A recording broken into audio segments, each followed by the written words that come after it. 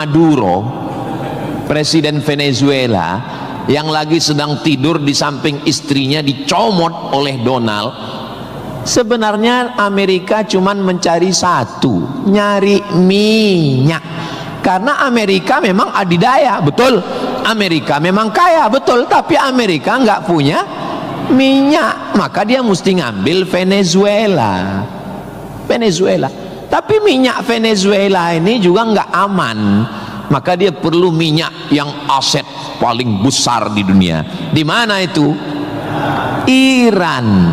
Itu enaknya ceramah di Unsri ini, nyambung. Bagaimana saya bilang Iran? Dulu nama presidennya Reza Pahlavi, bisa diatur oleh Amerika, tapi kemudian datanglah pemimpin spiritual namanya Ayatollah Khomeini tahun 79 tahun 80, maka semua perusahaan Eropa, Amerika stop, nggak boleh masuk. Akhirnya dia diembargo selama 46 tahun. Gimana cara dia bisa hidup 46 tahun? Jual minyaknya kemana? Amerika nggak mau beli minyaknya, Eropa juga nggak mau. Kenapa Iran tetap bisa tumbuh? Dia jualnya ke Rusia dan Cina. Ada ilmu khusus yang mengkaji ini.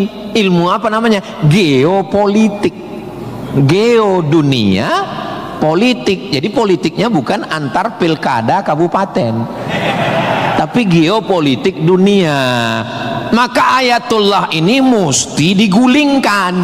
Meninggal Ayatullah Ruhollah Khomeini, digantikan penerusnya namanya Ayatollah Ali Khamenei. Khamenei mesti dibunuh karena dialah pemimpin spiritual. Maka diserang, akhirnya meninggal. Mereka lupa, Amerika lupa. Dia sangka kalau kepalanya dipotong ini mati. Mereka lupa bahwa Iran pernah berperang 8 tahun dengan Irak. Siapa yang membiayai Irak waktu itu menghantam Iran? Amerika. Siapa yang disuruh menghabisi? Saddam Hussein. Saddam bantai. Sebetulnya itu latihan perang. Maka ketika dihajar, menurut Donald Trump 4 hari saja untuk menyelesaikan Iran. Begitu 4 hari tidak selesai, dia ngajak genjatan senjata. Lalu apa jawab Iran?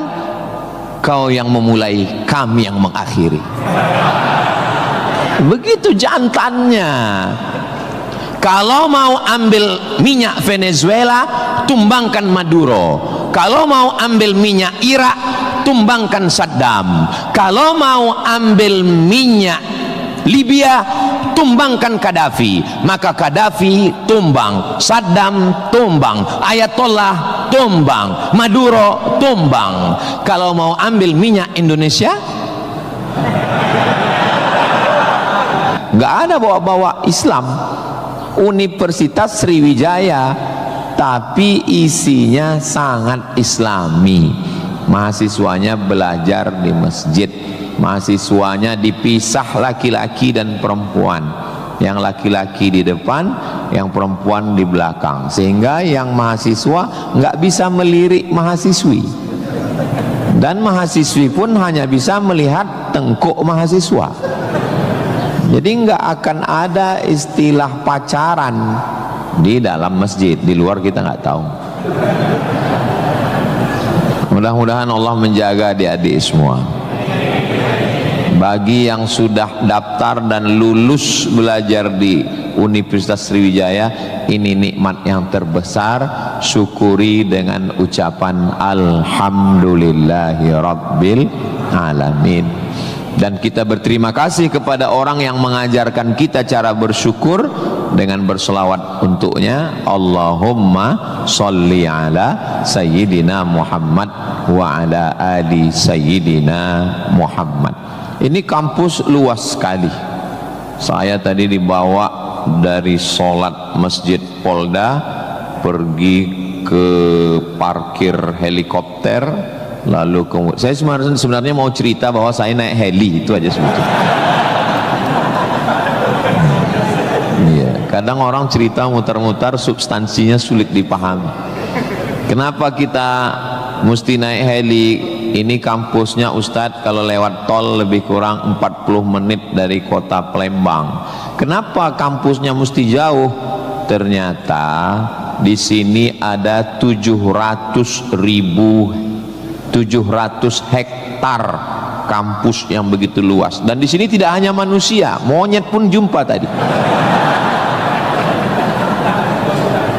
Jadi kampus itu idealnya memang begitu. Jangan sampai fakultas pertanian nggak pernah megang tanah, beternak ikan di atas kertas. Fakultas peternakan, fakultas perikanan, tapi nggak pernah megang ikan, hanya presentasi makalah. Begitu lulus kerja jadi teller di bank, nggak nyambung. Maka di sini praktek. Tadi saya diberitahu oleh Bapak Ketua HIPMI, Ustadz Somad, ini tempat praktek pertanian. Masya Allah, negara kita ini, kami dari atas tadi, gemah ripah loh jenawi, tongkat dan batu jadi tanaman, hijau untayan katulistiwa, tapi berasnya impor. Kenapa? Padahal tanah begitu luas. Menunggu sarjana-sarjana pertanian dari Universitas Sriwijaya.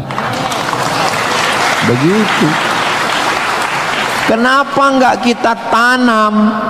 Kalau kita tanam otomatis tanah kita berkah. Kalau sudah dia nanam padi, pasti dia malam berdoa sama Allah, tumbuhkan padiku, berkahkan rezekiku, turunkan hujannya. Kalau sudah ditanam, otomatis ekonomi bangkit, orang akan bekerja, otomatis padi tadi akan dibawa ke kilang padi untuk mengupas kulit padi jadi beras. Berasnya diperdagangkan, diniagakan di pasar-pasar hidup. Tapi tidak semua orang mau. Kenapa? Karena dengan import ada fee, ada uang masuk, ada kejahatan, membunuh petani, membunuh pedagang, akhirnya orang dininabobokan. Jadi solusinya apa? Solusinya semua mesti berangkat dari kampus. Kampus apa? Kampus Universitas Sriwijaya. Ustadz beberapa kali nih nyebut Universitas Sriwijaya. Dia memang setiap 5 menit sekali disebut. Terus kalau orang belajar di Universitas Sriwijaya ini, Ustadz Somad dapat apa?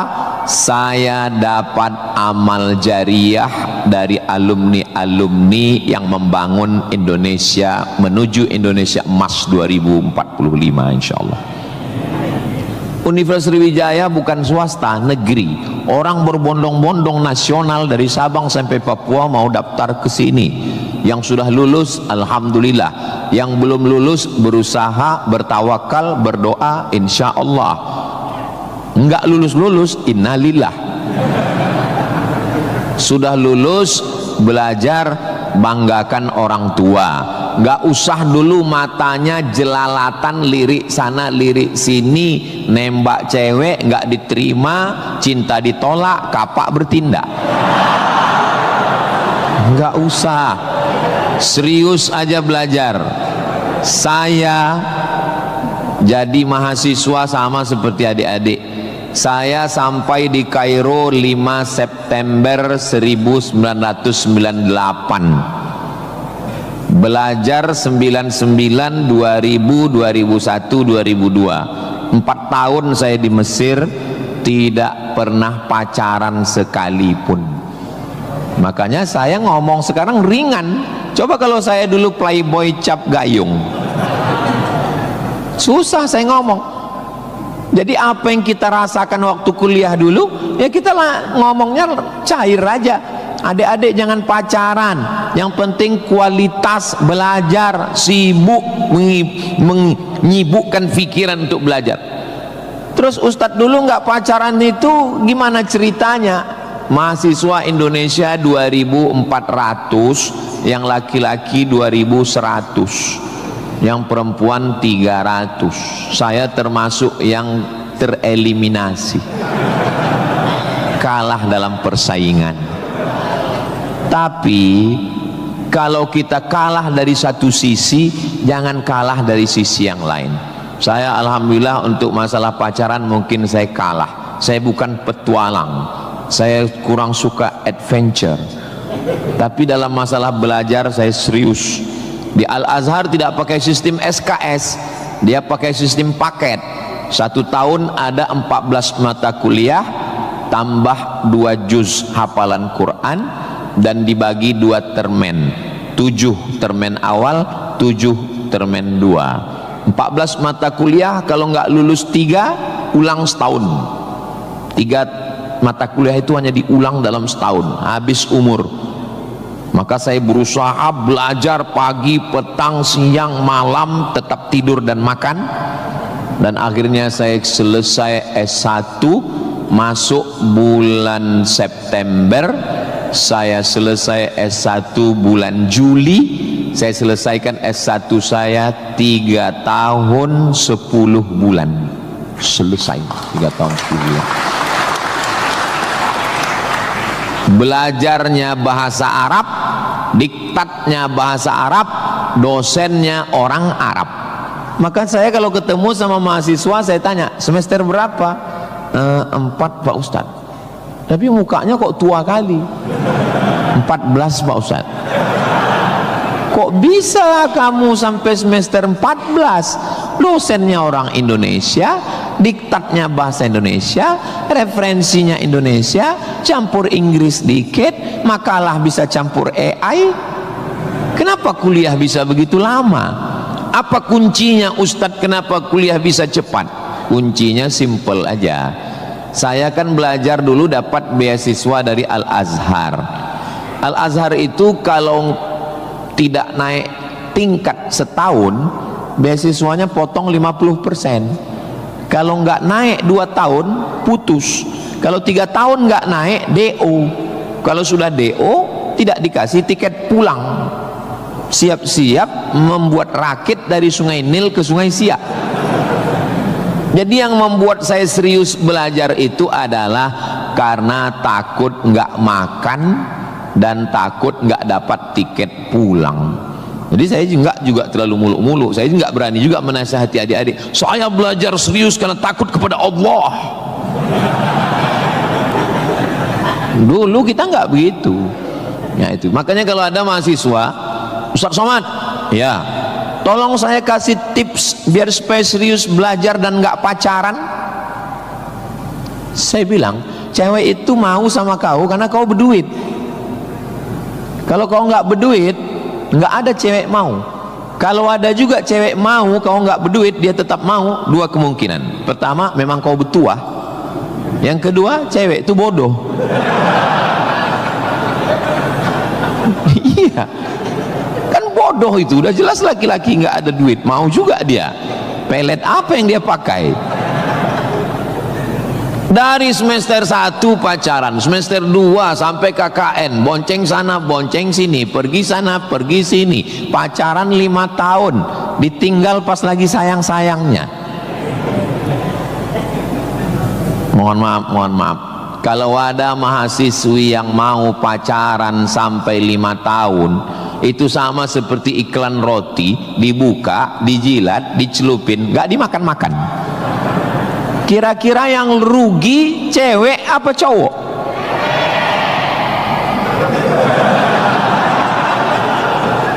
Kalau sudah tahu rugi masih mau pacaran, berarti itu IQ-nya di bawah rata-rata itu. Itu pasti nggak lulus di Unsri itu. Di Universitas Sriwijaya ini orangnya cerdas secara intelektual dan cerdas secara spiritual dan cerdas secara emosional. Cinta, benci, marah, sayang, kecewa, bahagia, itu semuanya adalah emosional. Bahwa kamu jatuh cinta, kalau ada mahasiswa jatuh cinta sama mahasiswi, bersyukurlah, berarti kau nggak homo. Tapi ketika cintamu itu mengalahkan prestasi studi, ingat, orang tuamu bersusah-susah di kampung, kepala jadi kaki, kaki jadi kepala, dia bertani sawah di kampung. Pagi waktu dia mau pergi ke sawah masih bisa dibedakan mana bapakmu, mana sapi. Begitu pulang sore sama bentuknya. Tiba-tiba kamu di kampus menjadi foto model, menjadi, nggak usahlah diteruskan, menyakitkan hati. Kenapa ceramah Ustaz Somad ini kok menyinggung saya terus ya? Kunci mendengar ceramah Ustaz Somad itu satu, jangan tersinggung. Ada beberapa orang tersinggung, pulang meninggal.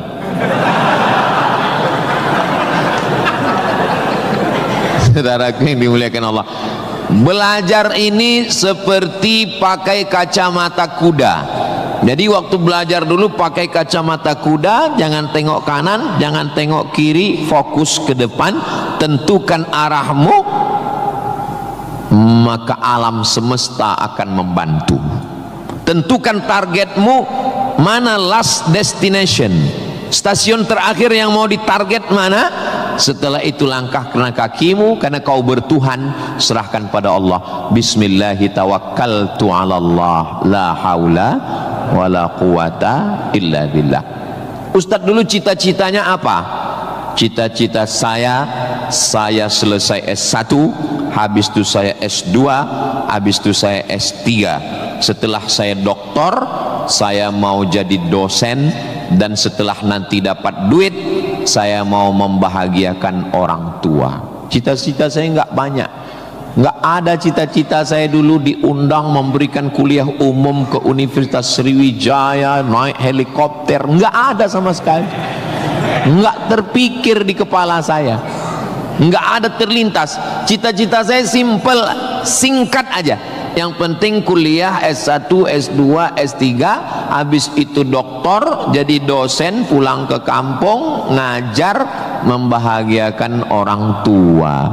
Makanya waktu saya kuliah di Maroko, saya anak pertama, adik saya anak kedua. Kami cuman berdua, adik beradik, saudara kandung laki-laki dua-duanya. Kata adik saya mau nikah. Saya tunggu kamu pulang selesai S2 di Maroko atau gimana? Saya bilang kau nikah aja duluan, karena aku nggak jelas tanggalnya nih kapan. Pulang pun aku belum tentu nikah. Aku masih banyak cita-citaku. Aku masih selesai S2, aku mau S3, aku mau jadi dosen, aku dapat uang, bahagiakan. Kau kalau mau nikah, nikahlah duluan, jangan terhalang karena aku. Alhamdulillah adik saya menikah duluan. Anaknya sekarang sudah gadis, anak perempuan pertama, dan sekarang sudah belajar di Al-Azhar Kairo, Mesir. Jadi kita bagi-bagi, kau bahagiakan dengan ibu punya cucu, dan aku membahagiakan dengan kuliahku. Nah, jadi kalau kita mau kuliah, jangan juga kita halangi adik-adik kita yang mau nikah. Nah, jangan sampai kita mau S2, S3, S teler, S cendol, S doger, S Bandung, sampai yang di bawah-bawah ini terhalang, terkendala. Nah, tapi insya Allah adik-adik semua sesuai dengan apa spesialisasi kita. Jangan belajar di tempat yang kita nggak minat, nggak suka, akhirnya kita menderita. Kita udah nggak suka bidang ini, tapi karena terpaksa akhirnya menderita, stres, depresi, mati. Apa yang suka? Ini Pak Ustadz, anak saya ini dari kecil memang saya lihat kemana-mana bawa martil Pak Ustadz. Masuk fakultas hukum, jadi hakim konstitusi. Insya Allah. Nggak lulus Pak Ustadz, jadi tukang. Mohon maaf Pak Tukang, jangan tersinggung. Karena masjid ini selesai juga karena ada tukang. Anak saya ini kemana-mana bawa jarum suntik Pak Ustadz, fakultas kedokteran. Nggak lulus, pecandu narkoba. Nah, jadi kemana arah kita? Ustadz Somad dulu biasanya anak itu dari kecil sudah kelihatan itu bakatnya kemana. Saya tanya sama emak saya, aku mak dulu kecil kemana arahku? Kau dulu, kata emak saya, kalau kusuruh beli gula sama beli minyak ke warung, nggak pulang-pulang. Kenapa? Cerita sama orang di warung itu. Kita kalau lagi keluar main, dulu itu kalau masuk kelas jam istirahat itu dulu namanya keluar main. Bapak dulu gitu juga? Berarti udah tua. Anak sekarang nggak tahu, sebaya kita berarti sama-sama 28 tahun. Masalah umur ini kan bukan masalah angka, tapi masalah rasa. Saya terus terang, kalau di tempat lain saya ceramah saya merasa tua, tapi di Unsri ini rasa semester 7 ini sekarang.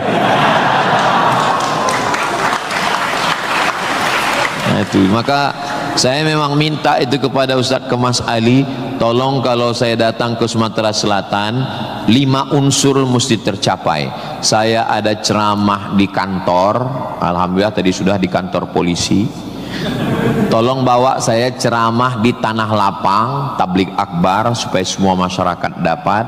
Yang ketiga ceramah di masjid supaya ada pengajian yang betul-betul ngaji, biasanya subuh. Yang keempat adalah ceramah di spesialisasi, kadang ceramah di IDI, Ikatan Dokter Indonesia, ceramah di PERADI, Persatuan Advokat Indonesia, kemudian satu lagi di kampus. Kenapa saya minta kampus? Karena kampus ini masa depan. Kalau panti jompo itu masa lalu. Ustaz jangan sebut jompo, kami di sini ada juga yang tua. Saya tidak ada melihat orang tua di sini. Ini hanyalah anak-anak muda yang terjebak di tubuh yang tua. Nah, jadi sebetulnya masalah tua dan muda itu adalah masalah semangat dan perasaan. Kalau semangatnya muda, perasaannya muda, maka disebut dia dengan sumpah pemuda. Padahal yang bersumpah itu orang tua. Tapi karena dia semangat, memang luar biasa Masjid Nabawi Unsri ini. TV-nya 4 di kiri, 4 di kanan. Luar biasa katanya. Kadang kita ceramah di beberapa masjid itu kecil aja TV-nya. Ini sampai 4. Ini menunjukkan anggaran untuk kampus ini memang hebat. Itu luar biasa. Jadi kalau ada orang mengatakan bahwa Sumatera Selatan itu bawahnya itu banyak emas, memang datanglah ke Unsri, memang terbukti atapnya pun emas. Nggak salah itu Pak Ketua HIPMI, memang banyak emas yang perlu digali di Sumatera Selatan ini, dan Unsri sudah mewujudkannya di atas. Siapa yang bisa melakukan bukan eksploitasi, tapi menggali potensi yang ada di alam ini, itu adalah mahasiswa. Inna fi khalqis samawati, dalam penciptaan langit, wal ardi, penciptaan bumi, wakhtilafil laili wan nahari, perputaran siang dan malam, la ayat, itu semua adalah ayat-ayat.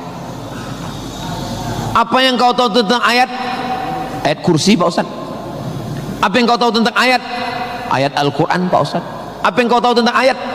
Ayat-ayat cinta Pak Ustaz. Ayat semesta. Inna fi khalqis samawati, penciptaan langit dipikirkan dengan akal, muncul ayat namanya ayat kauniyah, ayat semesta yang dikaji satu fakultas khusus namanya fakultas astronomi, bukan astrologi. Yang perlu dipelajari itu astronomi, bukan astrologi. Kalau yang astrologi itu Anda lahir bulan April, bintang Anda Taurus, jangan jatuh cinta dengan Pisces. Karena kalau ikan jatuh cinta dengan kambing, nanti tinggalnya di mana?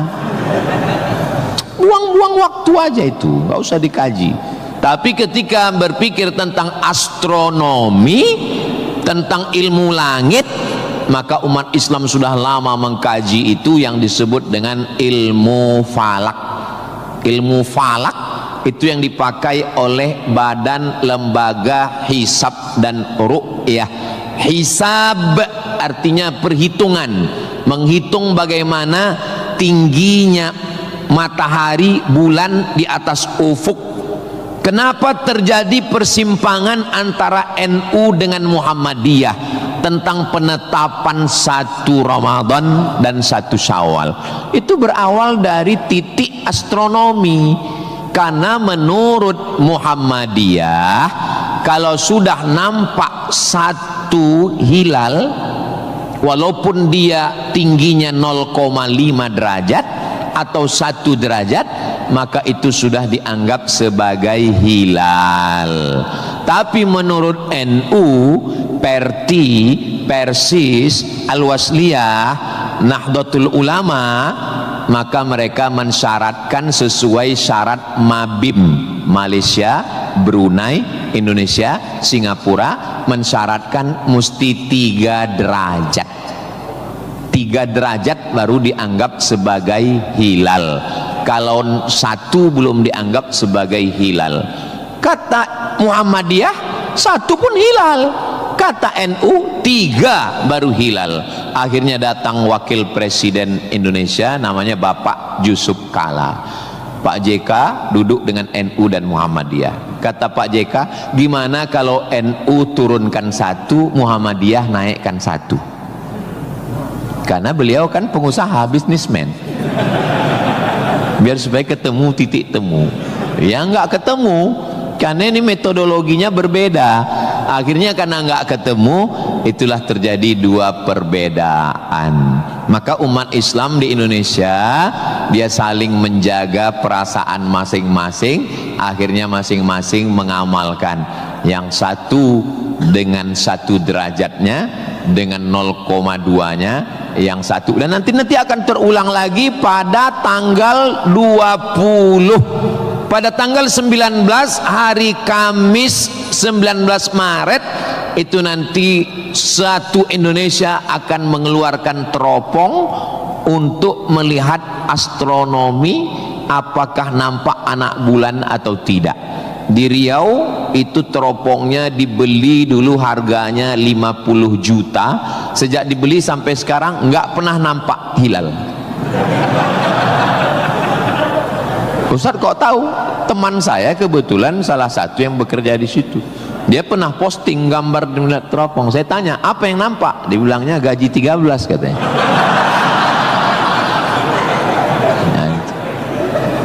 Nah, itu hanya bisa diselesaikan oleh astronomi. Ilmunya, orangnya astronom. Inna fi khalqis samawati wal ardi, bumi, satu fakultas muncul namanya fakultas geologi. Geo bumi, logi ilmu, geologi ilmu bumi. Ternyata di dalam bumi ini ada batu bara. Di dalam bumi Sumatera Selatan ini batu bara. Ustaz tahu dari mana? Tadi waktu kami naik heli tadi. Ini nyebut heli ini 20 menit sekali harus diulang. Waktu kami tadi naik, itu di Sungai Musi di bawah banyak sekali kapal-kapal membawa batu bara. Batu bara itu di dalam tanah. Tapi kalau di Sumatera Utara di atas tanah. Abdul Somad batu bara.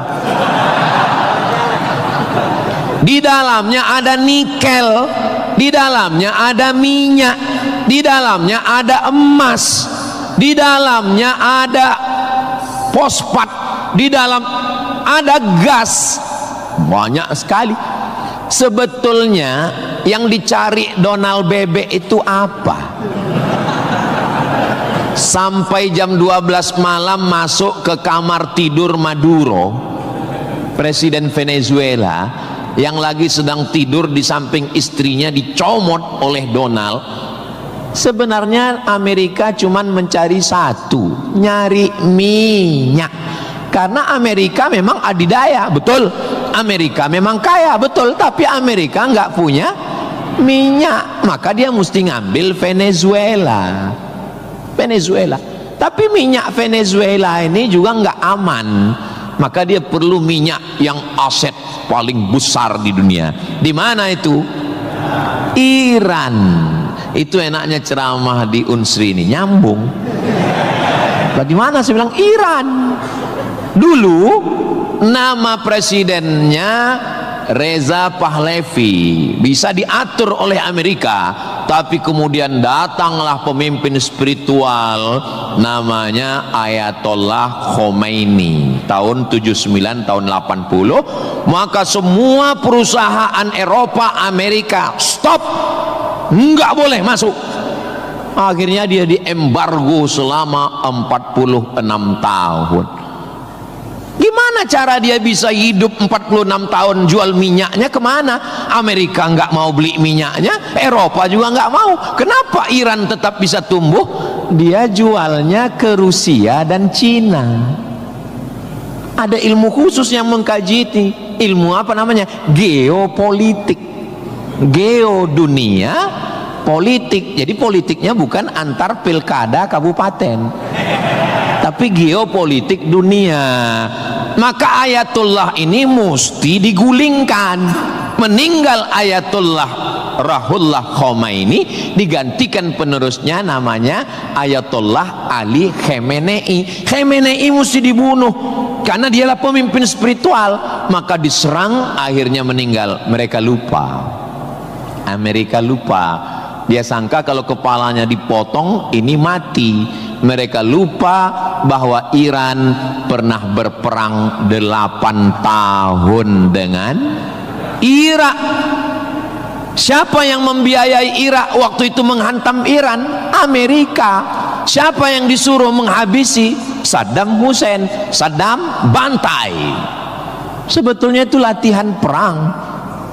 Maka ketika dihajar, menurut Donald Trump 4 hari saja untuk menyelesaikan Iran. Begitu 4 hari tidak selesai, dia ngajak genjatan senjata. Lalu apa jawab Iran? Kau yang memulai, kami yang mengakhiri. Begitu jantannya. Kalau mau ambil minyak Venezuela, tumbangkan Maduro. Kalau mau ambil minyak Irak, tumbangkan Saddam. Kalau mau ambil minyak Libya, tumbangkan Gaddafi. Maka Gaddafi tumbang, Saddam tumbang, Ayatollah tumbang, Maduro tumbang. Kalau mau ambil minyak Indonesia, Subhanallah, sangat luar biasa kajian yang sudah disampaikan oleh guru kita Al-Ustaz Abdul Somad. Sahabat beriman yang dirahmati Allah Subhanahu wa Ta'ala, jangan beranjak dulu karena kajian beliau belum selesai dan masih banyak hal-hal menarik yang akan disampaikan oleh beliau. Selamat mendengarkan. saudaraku yang dimuliakan Allah Subhanahu wa Ta'ala, itulah hebatnya. Jadi adik-adik, saya ajak 2 SKS kuliah geopolitik. Kenapa untuk mengambil minyak Venezuela mesti ditumbangkan Maduro? Kenapa untuk mengambil minyak Baghdad Saddam mesti ditumbangkan? Kenapa untuk mengambil minyak Libya Gaddafi mesti ditumbangkan? Kenapa Indonesia nggak ada yang ganggu? Karena di Indonesia nggak tumbang pun minyaknya udah dapat. Saudara yang dimuliakan Allah Subhanahu wa Ta'ala, sebetulnya dulu nggak tahu adik-adik belajar sejarah gimana, tapi kalau saya dulu belajar sejarah, Belanda datang ke Indonesia ingin mencari rempah-rempah, kayu manis, buah pala, merica, ketumbar. Kita pun waktu itu bingung. Nanya sama guru SD, ya, Belanda kesini naik kapal kayu jauh-jauh dari Amsterdam, 3 bulan naik kapal cuman mau cari rempah. Iya, katanya. Sekarang baru kita tahu, mereka bukan nyari rempah, nyari minyak, Ini udah di kapling-kaplingnya. Papua emas, Sulawesi nikel. Ada satu pulau namanya Pulau Emas, Swarna Dwipa. Swarna Dwipa artinya pulau emas, nama lain dari Sumatera. Dulu ketika Portugis, ada satu negara namanya Portugal, orangnya namanya Portugis. Portugis dengan Portugal itu sama, cuman beda nama negaranya Portugal, orangnya Portugis. Portugal itu bukan persatuan orang tua gatal. Mereka inilah yang datang untuk mengambil cengkeh ke Tidore dan Ternate, Sumatera, Kalimantan, Sulawesi. Antara Sulawesi dan Papua ada kerajaan kecil Tidore dan Ternate. Tanaman yang mereka cari adalah cengkeh, karena cengkeh hanya tumbuh di Tidore dan Ternate. Ketika mereka ambil bibit cengkeh mau ditanam di Eropa, musim dingin mati. Indonesia ini potensinya luar biasa. Tidak ada negara miskin, yang ada adalah negara salah kelola. Ustaz sedang bicara Indonesia? Tidak, negara kita kaya. Saya bicara tentang Konoha. Maka saya tidak pernah pesimis, saya selalu optimis. Makanya walaupun ini bulan puasa, lapar, tapi suara saya menggelegar kan? Karena saya di kampus Unsri, maka saya semangat. Tapi seandainya ceramah siang jam 2 habis khutbah Jumat ini bukan di Unsri, tidak begini isi ceramah saya. Paling saya, marilah kita banyak ingat mati. Ini bulan Ramadan, mari kita banyak-banyak beristighfar, kita mengejar Lailatul Qadar. Tapi saya sedang bicara tentang masa depan. Saya bicara dengan mahasiswa, mereka yang akan melanjutkan tongkat estafet perjuangan ini. Saya yakin dan percaya bidang pertanian sudah, peternakan sudah, geopolitik mereka sangat paham, dan masalah spiritual batinnya mereka dididik di dalam Masjid Nabawi. Mereka diingatkan tentang 3. Adik-adik belajar agama ini nggak usah repot, nggak usah ribet, nggak usah jelimet. Yang penting di dalam hati itu ada 3. Pertama, akidah. Wujud qidam baqa mukhalafatu lil hawadisi qiyamuhu binafsihi wahdaniyah qudrat iradat ilmun sama basar kalam sifat 20. Ini akidah kita Imam Abul Hasan Al-Asy'ari. Yang kedua, setelah akidahnya mantap, dia mau beribadah. Di mana caranya beribadah? Rukun, syarat, wajib, sunnat. Inilah yang kedua, namanya fikih. Belajar fikih solat, belajar cara wudu, cara tayamum yang membatalkan solat. Tapi dua-dua ini nggak ada maknanya. Ibadahnya nggak bermakna, akidahnya nggak bermakna kalau tidak ada yang ketiga. Yang ketiga adalah akhlak, sopan santun, tata krama, budi bahasa, menghormati orang tua, memuliakan dosen. Saya sangat bisa untuk ceramah berdiri naik di atas ini, bisa.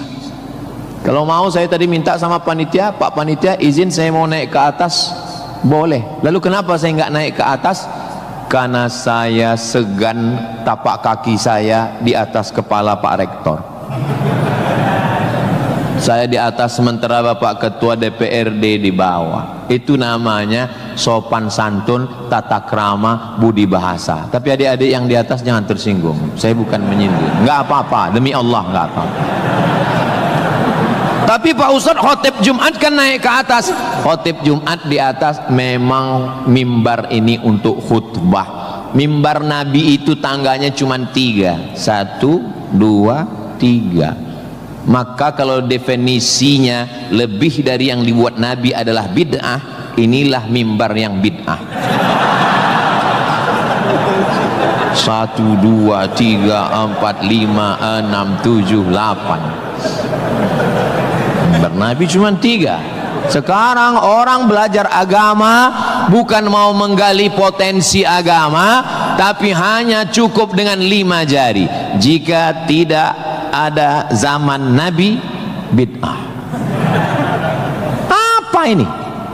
Orang mondok 7 tahun, belajar lagi di Al-Azhar, belajar lagi di Darul Mustafa Yaman, belajar lagi di Al-Ahqaf, terbang Syekh Syafiq dari Qudratullah, terbang ke Yaman belajar agama, bahasa Arab, nahu, sorob, balaghah, mantik, bayat, ma'ani. ada orang ngaji cuman 5. Kalau tidak dibuat Nabi bid'ah. Hari pertama ngaji online, hari kedua mulai membid'ahkan orang lain. Ini pemiskinan ilmu. Dan orang-orang beginilah yang mau diadu domba. Jangan mau diadu domba, karena kita bukan domba. Maka siapa yang mau diadu domba, nanti disembelih waktu Idul. Saudaraku yang dimuliakan Allah Subhanahu wa taala. Jadi belajar agama itu penting.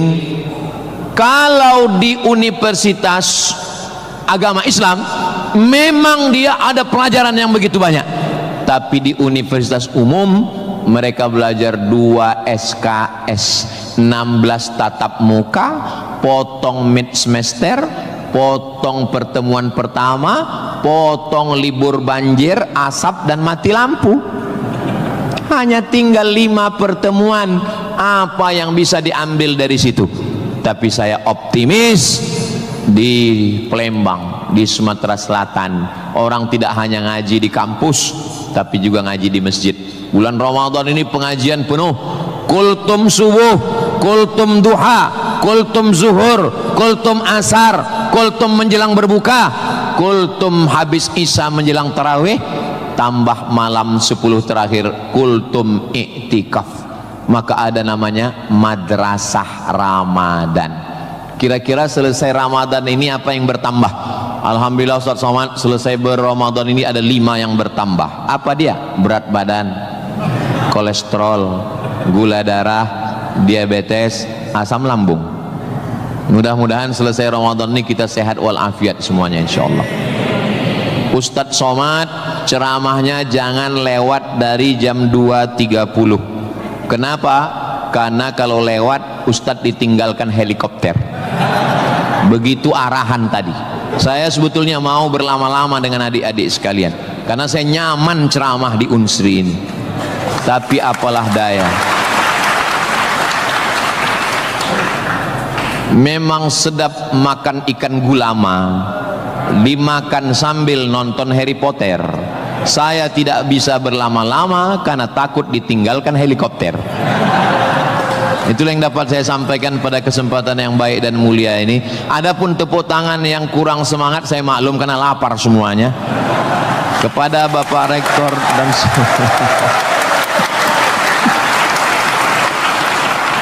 maukah Bapak Ibu memaafkan kesilapan dan kekhilapan saya? Di akhir majelis saya tutup dengan satu pantun penutup. Menangkap puyuh di Bukit Selasih. Thank you dan terima kasih. Assalamualaikum warahmatullahi wabarakatuh. Tadi dipesankan Ustaz langsung baca doa, Allahumma ja'al hadhil jami'ata jami'atan mubarakatan fiha. Ya Allah, jadikanlah Universitas Sriwijaya universitas yang penuh dengan keberkahan. Allahumma jazi asatidatina, berikanlah balasan terbaik kepada Bapak Rektor, Wakil Rektor, Dekan, Wakil Dekan, Ketua Jurusan, dosen-dosen kami ya Allah. Sahih ajsadahum, sehatkan badannya, qawi imanahum, kuatkan imannya, wajzi hasanatihim, berikan balasan terbaik untuk guru-guru kami ya Allah. Allahumma hafaz abna'ana wa banatina, adik-adik mahasiswa-mahasiswi kami, jaga hati badan mereka dari fitnah akhir zaman ini ya Allah. Allahumma ja'al hadzal balada baladan amina, jadikanlah Sumatera Selatan Indonesia baldatun thayyibatun wa rabbun ghafur.